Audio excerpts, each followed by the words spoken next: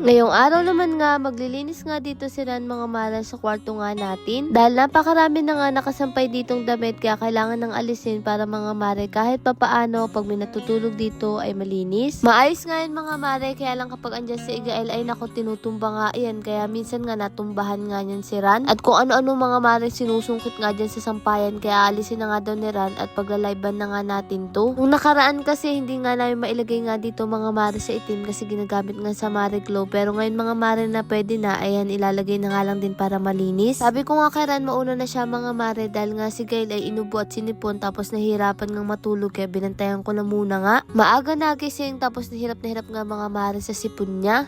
Para kahit papaano naman may magawa kaya sabi ko mauna na nga siya dito. Minsan talaga kapag mag-isa ka kung ano-ano lang naiisip mo.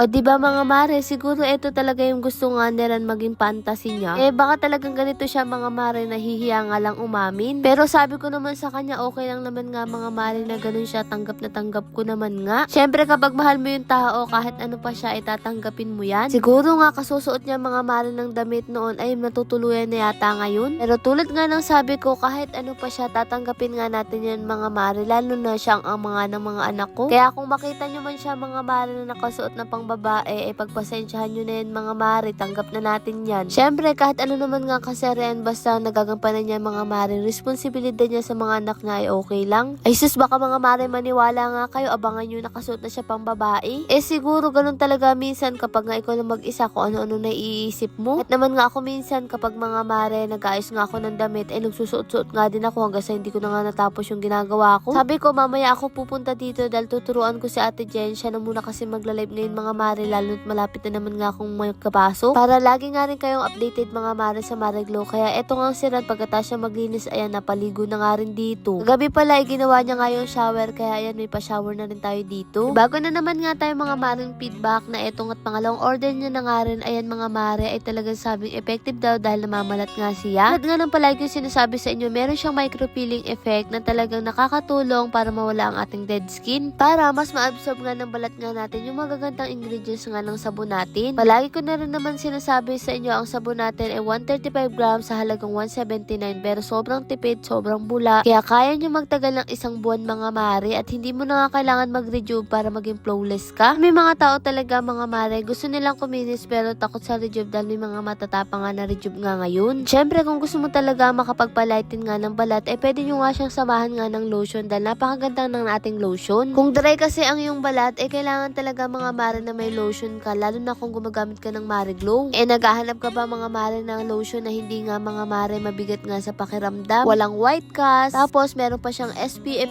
50 na pay protection ka na nga sa araw. Yung lotion kasi natin napakabilis niya nga rin i-blend, hindi ka na nga mahihirapan dito mga mare. Makikita nyo nga kay Ran na mabalbon, talagang hindi siya nahihirapan dahil hindi nga kumakapit nga dyan yung lotion. Diba may mga lotion kasi na grabe rin talaga ang white cast, sa atin kasi tinan yung mga mare yung pagkakablend nga dyan ni Ran. Lalong lalo na ngayon na summer, mas maganda mga mare yung lightweight nga lang na lotion. Yung nag-lotion ka pero hindi mo nga siya ramdam dahil nga magaan lang. Ganito na rin talaga yung araw-araw namin ginagawa, lalo na bakasyon ko. Etong si Ran ay pupunta na nga dito para magbalot nga ng mga orders nyo. Pag kasi mga mare may umorder ngayong araw, kinabukasan pinapadala nga din namin yan. Ito rin talaga ang patunay na napakaganda ng sabon at lotion natin dahil eto't palima-lima nga ang order niya tapos may kasama pa siyang lotion. Yung iba kasi sa takot mga mare na maubusan talagang napakadami nga nilang umorder. Naman nga dinadala mga mare sa ibang bansa dahil nagustuhan nga nila nung matry nga nila dito sa Pilipinas. Marami nga palang nagtatanong sa inyo na OFW kung paano nga sila order. Bali mga mare, pamilya nyo pong order sa amin tapos sila po ang magpapadala sa inyo. Etong 5 na to napakatagal na nga nito mga mare mauubos dahil napakatagal nga nitong matunaw at sobrang tipid din talaga kahit konti nga lang o maliit nga lang yung sabon. Sa totoo lang mga mare, mula nung magka Mare Glow talagang hindi namin nakala na aabot tayo sa ganitong punto na marami mga good feedback, na marami magpipray na naway hindi nga maalis to sa market kasi buhay na nga daw nila to. Tulad kanina ay ayun mga mare, naka-live ako, talagang sabi niya sana hindi nga daw tumawala or magtagal talaga to. Syempre habang nagkakaroon tayo ng magagandang feedback ay nagkakaroon tayo ng maraming customer, kaya maraming salamat sa suporta nyo sa araw-araw. Lagi ko naman ngang sinasabi at nagpapasalamat sa inyo dahil sa inyo mga mare nagkakaroon tayo ng trabaho dito. O siya mga mare, dahil napaliguan ko na nga si Gael kaya nagligo na nga rin ako at sabi nga ni Ran ay kakain na nga daw sila dito kaya sumama na nga rin ako. Tapos ayun, syempre nagpahinga lang din kami pagkatapos namin kumain. Pagkatapos nun, sabak sa trabaho na nga ulit dahil nga ngayong araw ituturuan ko nga si Ate Jane. Hindi ko na kasi kakayanin lahat-lahat yan mga mare kung ako lang mag-isa, lalo na kung may pasok ako. Lord, marami pong salamat sa lahat ng blessing at syempre sa inyo mga mare. Paano ba yun, bukas na lang ulit?